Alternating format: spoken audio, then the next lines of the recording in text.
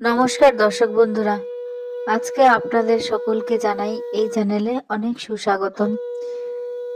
আমাদের এই ভিডিওর উদ্দেশ্য হলো মাঘী পূর্ণিমা 2025, তার সঠিক সময়সূচি, তারিখ, শুভক্ষণ এবং মাহাত্ম্য কথা সম্পর্কিত আলোচনা রাখব। যদি ভিডিওটি ভালো লাগে তবে অবশ্যই লাইক করবেন, কমেন্ট করবেন এবং সাবস্ক্রাইব করতে ভুলবেন না যেন। মাঘ মাসের এই গঙ্গা স্নান পৌষ পূর্ণিমার দিন থেকে শুরু করে মাঘী পূর্ণিমা পর্যন্ত করা হয়ে থাকে।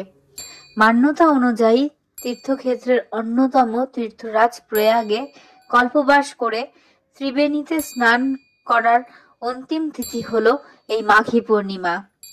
ধর্মীয় মান্যতা অনুযায়ী মাঘ মাসে পবিত্র স্নান করলে ভগবান বিষ্ণু অত্যন্ত প্রসন্ন হন এবং তার আশীর্বাদে সুখ, সমৃদ্ধি, ধন সম্পদ, সন্তান লাভ, মোক্ষপ্রাপ্তি ঘটে।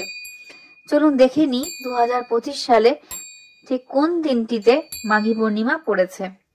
সনাতন ধর্মে পূর্ণিমা তিথির বিশেষ মাহাত্ম্য রয়েছে।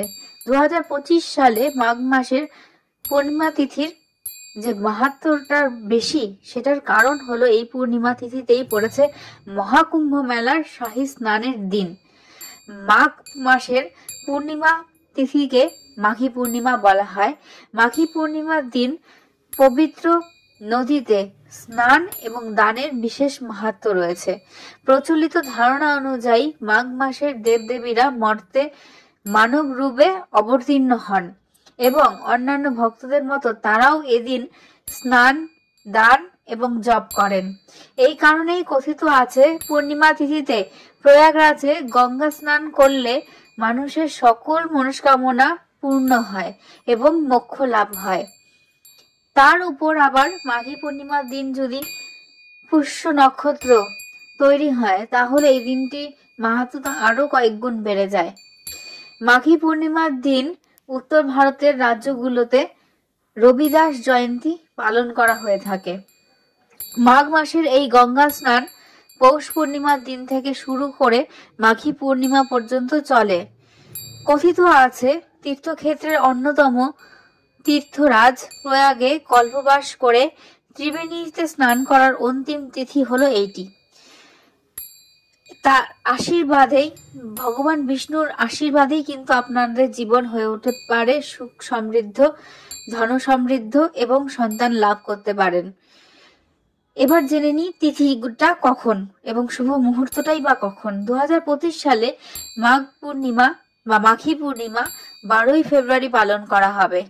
মাঘী পূর্ণিমা শুরু হবে 11ই ফেব্রুয়ারি 2025 সন্ধে 6:58 এবং শেষ হবে 12ই ফেব্রুয়ারি 2025 সন্ধে 7:25।